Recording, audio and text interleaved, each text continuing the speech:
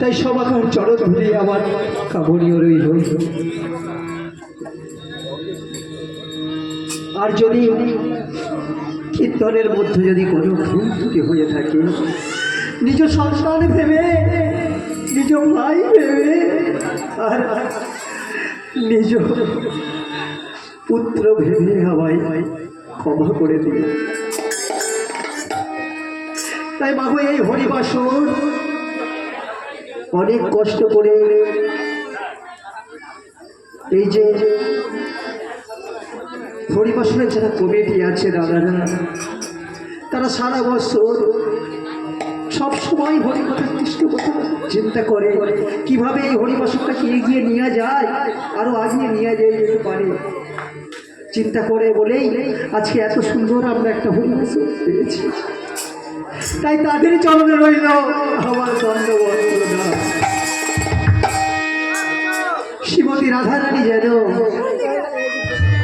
সেই কোভিডের ভাইদের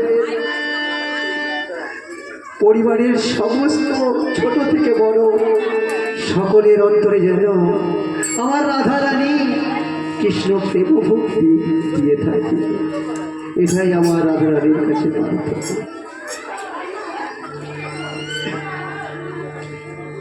এই হরিবাসর যে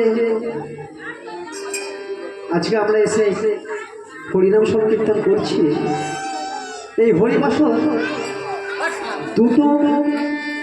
দুটো মানুষ এই হরিবাসর প্রথম করেছিল, প্রথম হরিবাসর করেছিল। তার জন্য আমরা এই হরিবাসরে আসতে পারছি। সেই দুজন কে বলতে পারবেন? বলতে পারবেন বাবা? যারা দুজন প্রথম হরিবাসর করেছিল, এক হলো গৌর আর এক হলো নিতাই। তাহলে গৌর আর নিতাই প্রথম হরিবাসর করেছিল। কোথায় করেছিল মাগো? নদিয়ার নবদ্বীপে শিবাস ঠাকুরের ঘরে। শিবাস ঠাকুরের ঘরে প্রথম হরিবাসর করেছিল। আচ্ছা মা, প্রথমে একটু কি জয়ের ধ্বনি দেওয়া যাবে? গৌরের নামে নিতাইয়ের নামে যারা প্রথম হরিবাসর করেছিল, তাহলে হবে বাবা সবাই মিলে একটু জয়ের ধ্বনি দেওয়া হোক। তাহলে জয় জয় নিতাই চাঁদ কি, নিতাই চাঁদ কি, জয় জয় গৌর চাঁদ কি, জয় জয় নিতাই চাঁদ কি, জয় জয় গৌর চাঁদ কি, নিতাই গৌর।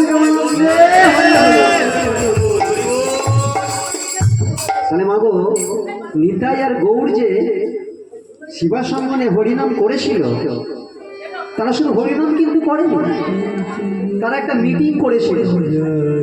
কি মিটিং করেছিল? মহাপ্রভু যখন আজ থেকে 340 বছর আগে এই আমাদের ভারতভূমি এলেন নদিয়ার নবদ্বীপে, এসে দেখলেন কি?